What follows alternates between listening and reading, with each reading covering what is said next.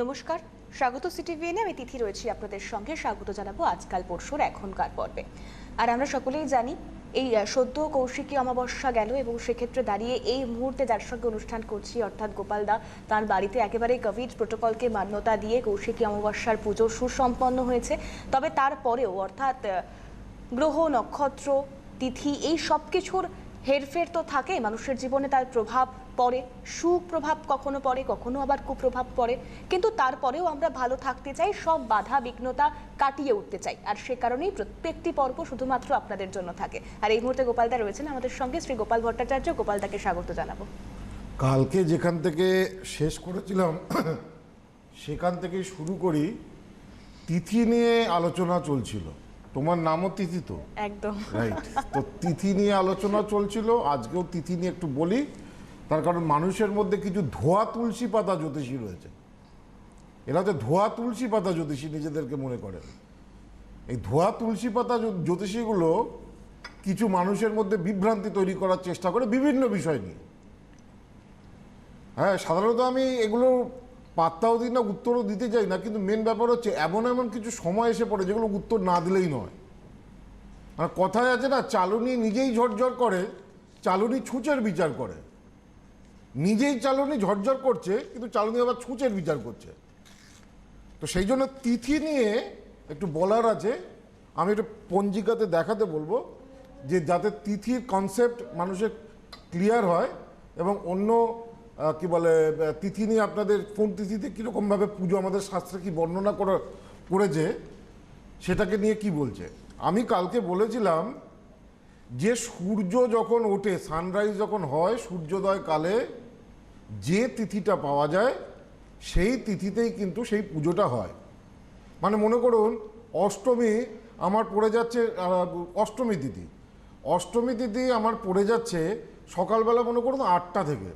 তাহলে অষ্টমী পুজো কি আমি সকালবেলা 8টার পরে করব? নিয়ম হচ্ছে কি, সূর্যোদয়টা পেতে হবে। যে তিথিতে আমরা সূর্যোদয়টা পাবো, সানরাইজটা পাবো, সেই তিথির পুজোটাই হচ্ছে অ্যাপ্রোপ্রিয়েট, সেই তিথির পুজোটাই হচ্ছে আসল। কিন্তু একমাত্র অমাবস্যার ক্ষেত্রে এটা খাটে না। সেই জন্যই আমাদের বইয়েতে একমাত্র অমাবস্যা তিথিতে বলা হয়েছে অমাবস্যার নিশি পালন। আমি দেখিয়ে দিই, দেখুন এবারে কালী পুজো যেটা এই বছরে যেটা পড়েছে, কালী পুজো 4ঠা নভেম্বর পড়েছে। একটু এই জায়গাটা দেখাতে বলবো। এই যে জায়গাটা এখানটা দেখাতে বলবো, এইখানটা। হ্যাঁ, এখানে দেখুন কালী পুজো যে 4ঠা নভেম্বর পড়েছে, কালী পুজোর দিন সকালবেলা 5:46 সূর্যোদয় হচ্ছে, সানরাইজ হচ্ছে কালী পুজো। আর কালী পুজো এই দিনকে অমাবস্যা তিথি, দেখুন অমাবস্যা তিথি শুরু হচ্ছে কটায়? সকাল 6:04 পরে। অর্থাৎ সকালবেলা 6:04 পর্যন্ত এই দিন কিন্তু চতুর্দশী রয়েছে। তাহলে সূর্যোদয়, তাহলে কি বললাম যে সূর্যোদয় সব তিথির ক্ষেত্রে আমাদের নিয়ম কি, যে সানরাইজ যখন হচ্ছে, সূর্যোদয় যখন হচ্ছে, সেটা পেতে হবে। কিন্তু অমাবস্যার ক্ষেত্রে, একমাত্র তিথির ক্ষেত্রে এটা প্রযোজ্য নয়। অমাবস্যার নিশিটা দরকার, নিশি মানে রাত্রি 12টা। তো সেই জন্য আমি দেখালাম যে কালী পুজোর দিন সূর্যোদয়, সানরাইজ হচ্ছে সকালবেলা 5:46, কিন্তু চতুর্দশী থাকছে কটা পর্যন্ত? সকাল 6:04 পর্যন্ত। অর্থাৎ অমাবস্যাটা কিন্তু সূর্যোদয়ের সময় পাইনি। কিন্তু তা সত্ত্বেও এই যে অমাবস্যার যে নিশি পালন বা কালী পুজোর যে দিন, এই যে এখানে যেটা দেয়া রয়েছে, কালী পুজোর যে দিন, অমাবস্যার যে দিন, সেইটা কি হচ্ছে? সেইটা হচ্ছে ওই 4 তারিখেই আমাদের পালন করতে হবে। অর্থাৎ অমাবস্যার ক্ষেত্রে কিন্তু এইটা খাটে না। এখন এখানে একটা কথা আছে, এগুলোও জানতে হবে। তো এই মানুষকে যে বিভ্রান্তি করে না, এই কথা ওই কথা বলে, তিতিক্ষয় অমুক ক্ষয় তমুক ক্ষয়, এই কথা বলে যে বিভ্রান্ত করা, এগুলো হচ্ছে কি, ওই যে বললাম ধোয়া তুলসী পাতা, এই জ্যোতিষীরা এরা নিজেদেরকে ধোয়া তুলসী পাতা মনে করে। আর ওই যে আর একটা কথা বললাম, চালুনি নিজেই ঝরঝর করে, চালুনি ছুঁচের বিচার করে। তো এই যে যেমন কি বলে, আমাদের এখন এখানে একটা কথা আছে যে মনে করা যাক, যেমন আমি 10ই মে সোমবারের যে অমাবস্যাটা, সেটারই একটা উপমা দিই। মনে করা যাক যেমন এই 10ই মে সোমবার আমাবস্যাটা পড়েছিল রাত্রি 9:56 আচ্ছা। তাহলে আমাবস্যা পড়েছে রাত্রি সোমবার 10ই মে যে আমাবস্যাটা ছিল, এই আমাবস্যাটা শুরু হয়েছে রাত্রিবেলা 9:56 থেকে। এবং এই আমাবস্যাটা কতক্ষণ ছিল? আমাবস্যাটা ছিল পরের দিন, অর্থাৎ 11 তারিখে আপ টু রাত্রি 12:30 পর্যন্ত। এখন এটাতে কি হলো দেখুন, আমাবস্যা শুরু হয়েছে সোমবার দিনকে রাত্রিবেলা 9:56, সেই দিনকেও নিশি পাচ্ছে, আমাবস্যার নিশি। আবার পরের দিনও রাত্রি 12:30 গিয়ে আমাবস্যাটা শেষ হচ্ছে, সেখানেও রাত্রির নিশি পাচ্ছে 12টা। অর্থাৎ এই আমাবস্যাটায়, যেটা 11 তারিখের যে আমাবস্যা ছিল, সেখানে দুটো আমাবস্যার নিশি পাওয়া যাচ্ছে। তাহলে কোন আমাবস্যায় আমাবস্যার পুজোটা হবে? কোন নিশিতে আমাবস্যার পুজোতে হবে? আমাবস্যার পুজোর নিশি লাগে একমাত্র আমাবস্যা তিথির ক্ষেত্রে। কোন আমাবস্যাটাই হবে সে ব্যাপারেও আমাদের যারা পণ্ডিতরা রয়েছেন, যারা গণকরা রয়েছেন, তারা নির্দিষ্ট করে গেছে যে কৃষ্ণপক্ষ যেখানে এন্ড হচ্ছে, অর্থাৎ কৃষ্ণপক্ষ যেখানে শেষ হচ্ছে, সেই যে শেষ যখন হচ্ছে তার যে নিশিটা পাওয়া যাবে, সেই নিশিতেই আমাবস্যার পুজো হবে। তো এইভাবে মানুষকে বিভিন্ন তিথি নিয়ে বিভ্রান্ত করে। যেমন এবারে মহালয়া তিথি খুব ভালো দিনে পড়েছে, মহালয়া তিথি এবারে খুব পাওয়ারফুল তিথি মহালয়া তিথি পড়েছে। প্রথম কথা হচ্ছে যে মহালয়া তিথিটা কেন পাওয়ারফুল বলা হচ্ছে? প্রথম কথা হচ্ছে যে মহালয়া তিথি এবারে যেটা পড়েছে, মহালয়াতে এমনি আমরা বলি মহালয়াতে মায়ের চক্ষুদান করা হয়, অর্থাৎ মহালয়াটাকে আমরা এমনিই বলি যে পিতৃপক্ষের অবসান এবং মাতৃপক্ষের সূচনা। এমনি মাতৃপক্ষের সূচনা, এই তিথিটাকে অত্যন্ত শুভ মানা হয়। এবারে যে মহালয়া যেটা পড়েছে, সেই মহালয়াটা পড়েছে হচ্ছে কবে? মহালয়াটা পড়েছে হচ্ছে কি বলে 5 তারিখে। 5ই অক্টোবর রাত্রি 7:05 আমাবস্যা শুরু হচ্ছে। তো আমাবস্যার নিশি পালনটা কোন দিন হবে? এই মঙ্গলবার দিনই হবে। তাহলে সুতরাং মঙ্গলবারের আমাবস্যা, মহালয়ের আমাবস্যা, সেটার মাহাত্ম্য, সেটা গুরুত্ব, সেটা অনেক বেশি। এবারে ওই জন্য মহালয়া অমাবস্যাটা অত্যন্ত গুরুত্বপূর্ণ অমাবস্যা পড়েছে। আমি বারংবার বলেছি, মা শারদার কথাতেই আছে, যা হয় না কপাল গুণে তাই হয় ক্ষণের গুণে। ক্ষণ বা তিথির এই জন্যই মাহাত্ম্য। এই যে আমরা বলি অমাবস্যায় পুজো করুন, অমাবস্যায় এই দোষগুলোকে কাটান, অমাবস্যায় এগুলো করুন, কেন বলা হয়?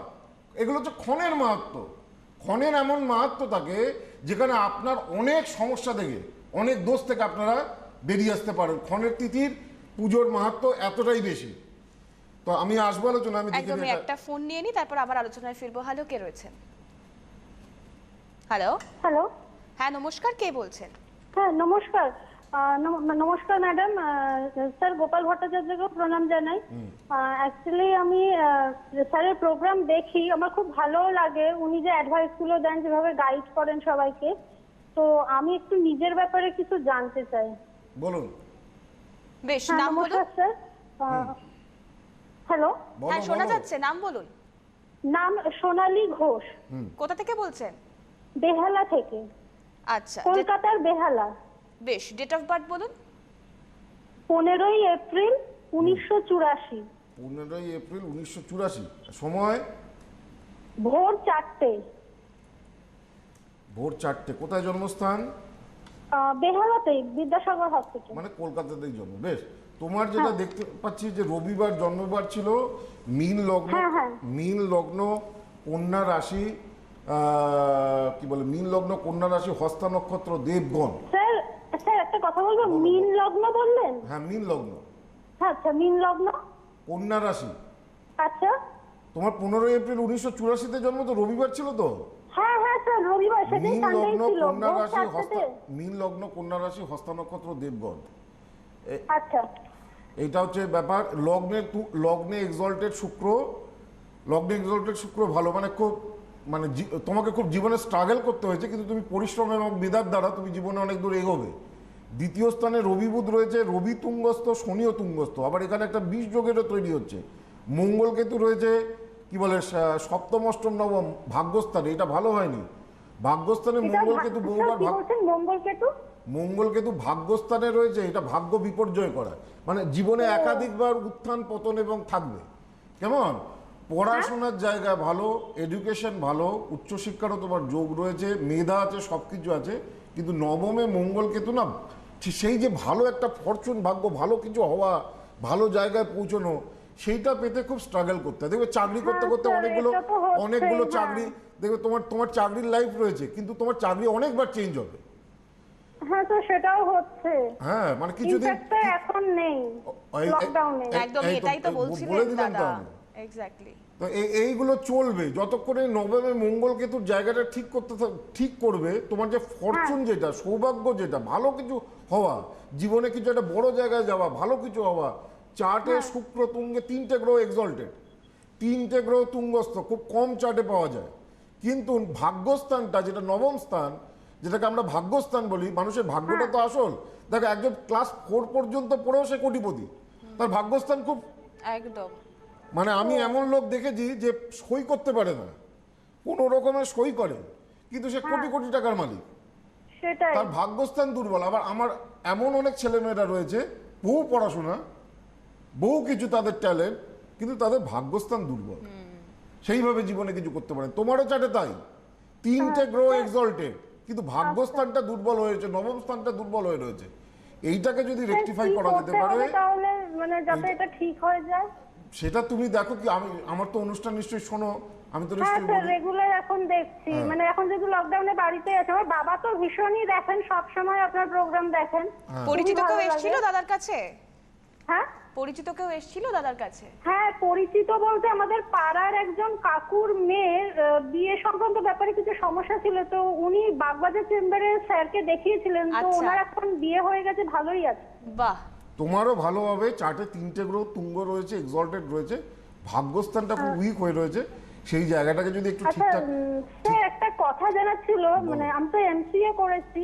আমি তো আমি এই দেখো, এখন আমি তো যদি প্রথমেই বললেন বললাম যে উচ্চশিক্ষা, উচ্চশিক্ষার পড়াশোনা যোগ সবই রয়েছে, রয়েছে। হায়ার এডুকেশনের যোগ রয়েছে, এডুকেশন ভালো, এগুলো তো বলেই দিয়েছি তোমাকে, তো বলতে হয়নি। হ্যাঁ বলো, তারপর কি হ্যাঁ বলছো? স্যার, বলছি যে নেট বা সেট এগুলো অ্যাপিয়ার করলে আমার পাস আউট হয়ে যাওয়ার পসিবিলিটি কি আছে? আছে, আমি আগেই বলেছি তোমার চার্ট ভালো, 3টে গ্রহ এক্সল্টেড, একটা বীজ দোষ যদিও তৈরি হয়েছে, কিন্তু এইটাকে একটু ঠিক করতে হবে। আর ভাগ্যস্থানে মঙ্গল কেতু, এই জায়গাটা দুটোকে যদি ঠিক করতে পারো, দেখবে তুমি তোমার লাইফে ফরচুন, সৌভাগ্য সবকিছু খুঁজে পাবে। ঠিক আছে?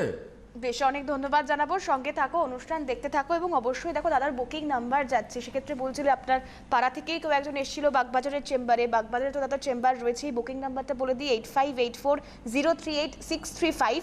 এছাড়াও যে বুকিং নম্বরগুলো যাচ্ছে 8584038631 এবং 8584038637, এবং তার পাশাপাশি আসানসোল, গৌহাটি, মেদিনীপুর, বর্ধমান, বহরমপুর, দুর্গাপুর, মালদা, শিলচর, অন্যদিকে হলদিয়া, এবং তার পাশাপাশি দিল্লিতে দাদার এ মাসেই চেম্বার রয়েছে। তাই বুকিংটা চটপট আপনাদেরকে সেরে ফেলতে হবে, যেহেতু বর্ধমান এবং বারাসাতের জন্য সম্পূর্ণ আলাদা একটা বুকিং নাম্বার।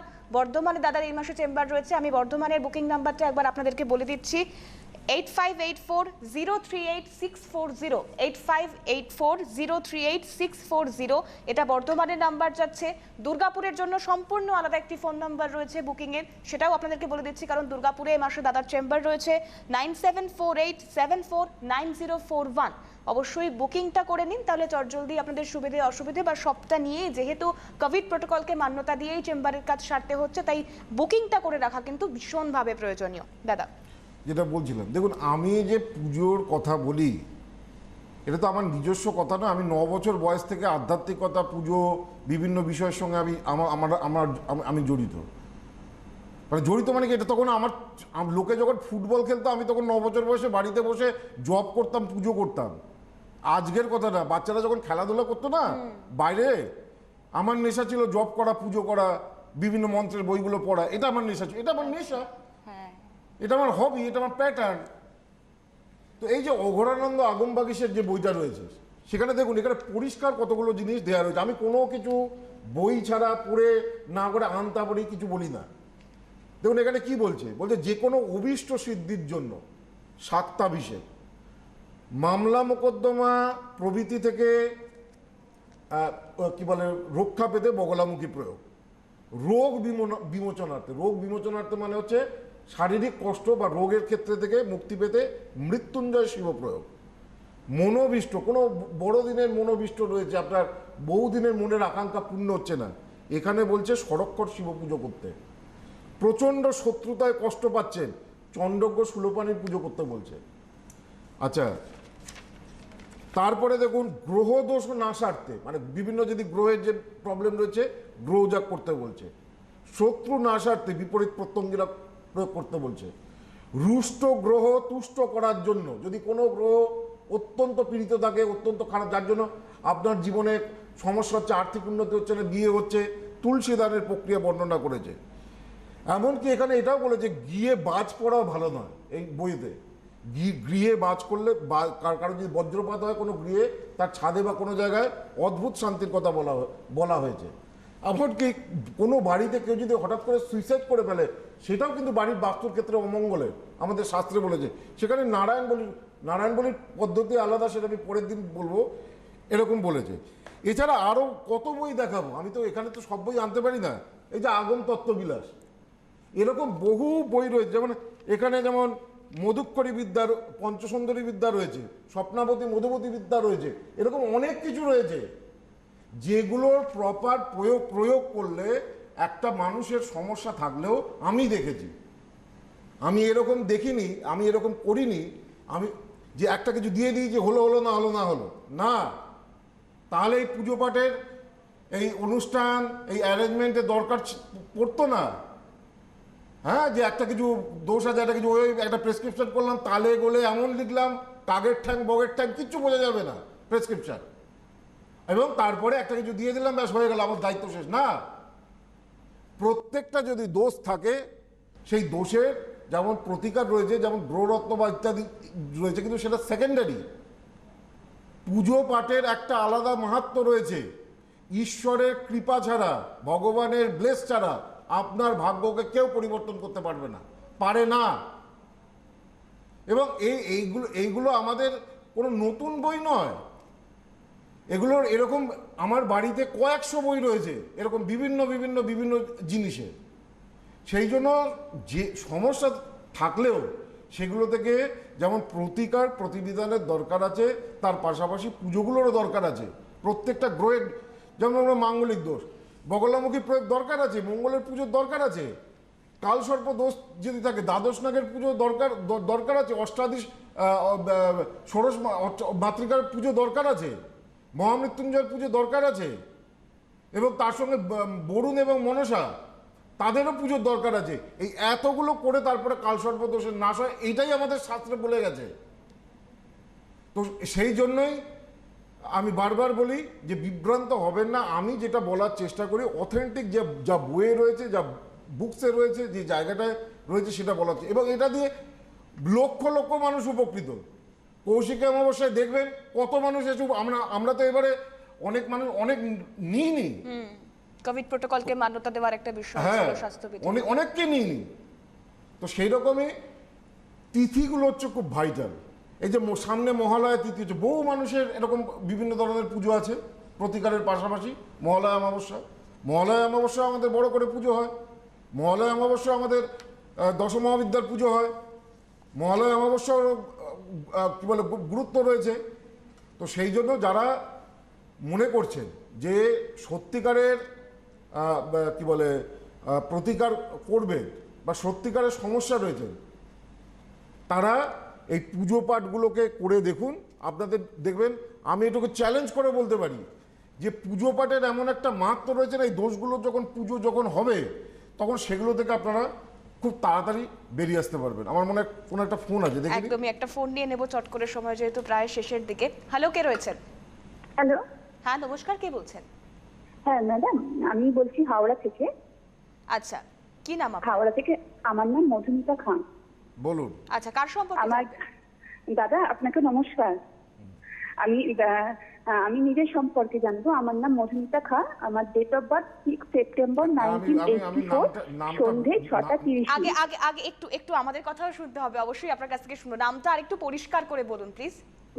মধুমিতা খান। মধুমিতা খান, এবার ডেট অফ বার্থটা বলুন। 6 সেপ্টেম্বর 1984, সময় বলো। সন্ধে 6:30। কোথায় জন্মস্থান?